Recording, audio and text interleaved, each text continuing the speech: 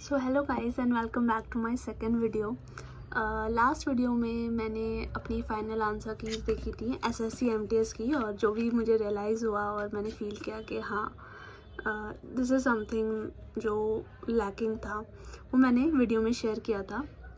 उसके next day ही SSC ने score card भी अपलोड कर दिया था और मैंने अपना स्कोर देखा, आप सब ने भी अपना स्कोर देखा ही होगा। तो ऑब्वियसली स्कोर कार्ड आने से पता लग जाता है कि कितना नॉर्मलाइजेशन हमें मिला है और कहाँ कहाँ हमारी गलतियाँ हुई हैं, स्पेशली कि अगर हमारा सिलेक्शन नहीं हुआ है तो कितने मार्क्स हमें और चाहिए थे या हम जहाँ बेहतर कर सकते थे हमें पता लग जाता है। तो मैं अगर अपनी बात करूँ तो मेरे कुछ मार्क्स, 1-2 मार्क्स का ही फ़र्क था जिसकी वजह से मेरा सिलेक्शन नहीं हुआ। और 1-2 मार्क्स तो बहुत बड़ी बात मैंने कह दी, लोगों का पॉइंट से भी सिलेक्शन नहीं हो पाता है, रुक जाता है। तो वही वही है कि अपने वीक पार्ट पर काम करना इज़ मस्ट। क्योंकि और दूसरी चीज़ ये भी है कि ये कह देना बहुत आसान है कि ठीक है, हर कोई आपको ये सलाह देता है कि आप अपने वीक पार्ट पे अच्छे से वर्क कीजिए और जो मिस्टेक्स इस बार करिए वो नेक्स्ट टाइम मत कीजिएगा। लेकिन जब ये सब चीज़ें इम्प्लीमेंट करने की बात आती है तो it becomes really tough task, it becomes herculean task. So बहुत एक ये सोचने वाली बात है कि ठीक है, मुझे सबसे पहले हमें यही पता होना चाहिए ना कि आखिर मैं गलत कर कहाँ रही हूँ। तो थोड़ा मैंने अपने आंसर कीज़ को देख के जो रियलाइज़ किया कि मेरे क्वेश्चन एक पैटर्न में गलत हुए, जो कुछ चंद मेरे क्वेश्चन गलत हुए वो उनका एक पैटर्न था कि ईडीएम से ही मेरे क्वेश्चन गलत हुए थे। तो 2 क्वेश्चन गलत हुए, वो दोनों ईडीएम थे। तो ये है कि मेरा ईडीएम वाला पार्ट काफ़ी वीक है।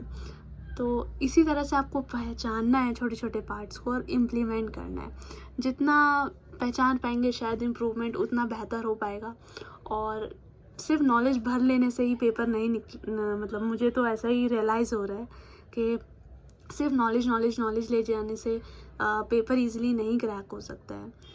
आपको थोड़ा सा कॉमन सेंस लेके जाना पड़ेगा, क्योंकि मैंने खुद ऐसी गलतियाँ करी जहाँ पे कॉमन सेंस वाले क्वेश्चन आए थे और जस्ट बिकॉज आप कॉमन सेंस से या प्रेजेंस ऑफ माइंड पे वहाँ पे नहीं थे तो ठीक है, वो क्वेश्चन गलत हो गए।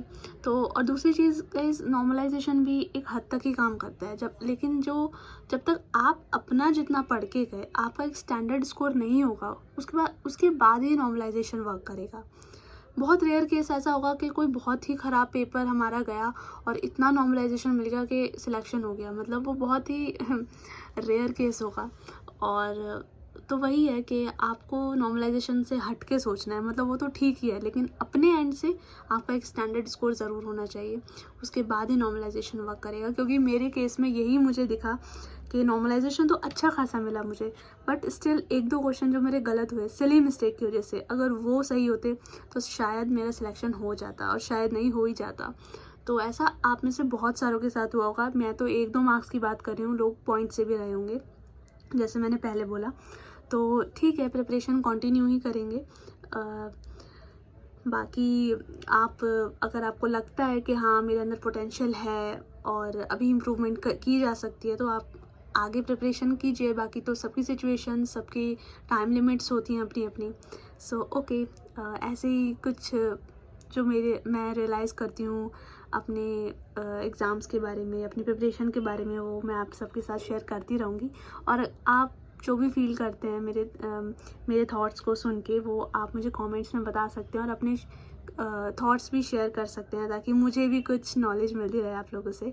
सो ओके, नेक्स्ट वीडियो में मिलते हैं। Bye bye, thank you.